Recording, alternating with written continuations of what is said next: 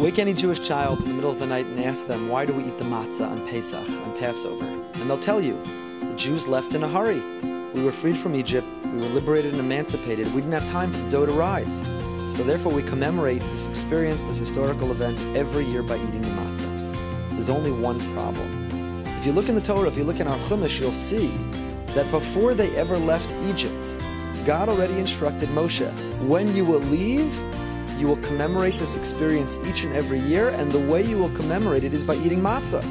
So matzah was already designated as the recipe, as the food that would commemorate and symbolize the Exodus, even before we left in such a hurry or a rush. There's something intrinsic about matzah and freedom. There's some connection between our consuming this cracker-like food for these days of Pesach and our reliving the experience of liberating ourselves from slavery. What is it? Why are we eating the matzah? If you think about matzah for a moment, you compare it to bread, you'll recognize that it is only one difference. It's made of the exact same ingredients, flour and water. It's baked in the same way. You mix it, turn it into a dough, roll it out, and place it in an oven. It engages heat, and therefore it cooks, it bakes. There's only one difference between matzah and chametz. And that difference says everything about freedom. The difference is time. If you allow the dough to rise, it balloons, it inflates. Symbols of procrastination, laziness, ego, arrogance. And when you cook the matzah, when you bake it with alacrity and zeal and enthusiasm, when you rush and you're quick to get it in the oven and to bake before time can have its impact, then the result is the bread of our ancestors. The result is the symbol of our freedom. The result is matzah. Matzah is the ultimate symbol that time represents freedom. The difference between a slave and a free person is control over their time. But Soloveitchik points out that when the Jews left Egypt, the very first mitzvah, the first commandment we were given in the desert, was the commandment of Rosh Chodesh, of establishing the Jewish calendar. That we control and we manipulate time. Based on the testimony of two witnesses who see the new moon and come before the Beis Din, the Jewish court establishes the calendar and by virtue, by extension, decides when the holidays will be. Yom Kippur may be the holiest day of the year, but God doesn't designate when it falls. We, man, do. Why is it the first mitzvah? Rosh Chodesh, time, the calendar. Is this really the first mitzvah? Is this the most noble commandment? Is this the most uplifting or spiritual the Jews could engage? Said Rabbi Soloveitchik, absolutely yes. The difference between a slave and a free man is our control, is our ability to manage our time. Before the Jews ever left Egypt, God said to them, when you leave, I want you to eat matzah, because when you consume that matzah, you will remember that time is also one of my creations. And the more that we are susceptible and the more that we submit to it, the more material, the more physical, the more limited we are.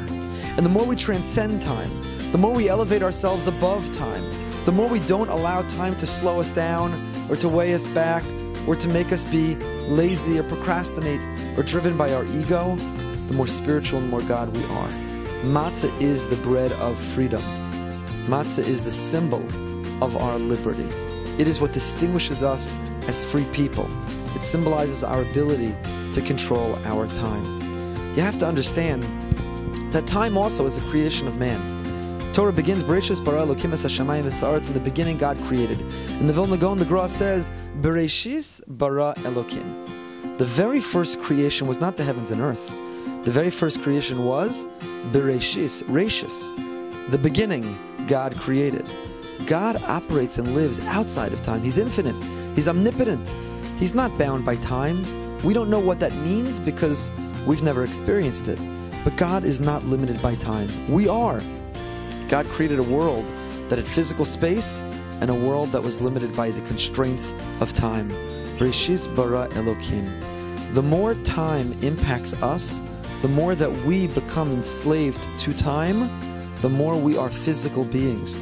The more we are giving in to the guf, the more we are giving in to the animal instinct within each of us. And when we have the ability to act with zeal and alacrity, when we conduct ourselves with enthusiasm, when we rush to accomplish our goals and to pursue noble endeavors, we are transcending time. We speed up time, following in Einstein's theory of the relativity of time. The more we don't allow time to impact us, the more spiritual, the more elevated we become. The attitude towards time. Are we lazy? Do we procrastinate? Do we push things off? Do we say we'll get to it later? Chametz is the symbol of the ballooning bread. It's inflated like our ego. I'll get to it when I want. I'll accomplish it when it's good for me. I don't feel like doing it now. But if we view our lives as being in the service of the Almighty, if we see ourselves on a sacred mission, if we see that we have missions to accomplish in our life, there's no time to waste. Every moment is precious. Every second is invaluable. And the more we take advantage, the quicker we conduct ourselves, the more zrizos, the more alacrity that we practice, the more spiritual that we become. So the rest of the year, God says, indulge in chametz, enjoy a good donut, enjoy a great bagel, have a slice of pizza. But for 8 days a year, we eat matzah. We remind ourselves that if we want to liberate ourselves and free ourselves from the shackles of time, then we need to eat matzah and remember our capacity to transcend through alacrity. By practicing zrizos, by being zrizim makdimin lemitzvos, by pursuing all of our goals with enthusiasm and with zeal, we can transcend the physical limitations of time and truly transform ourselves into free and spiritual people.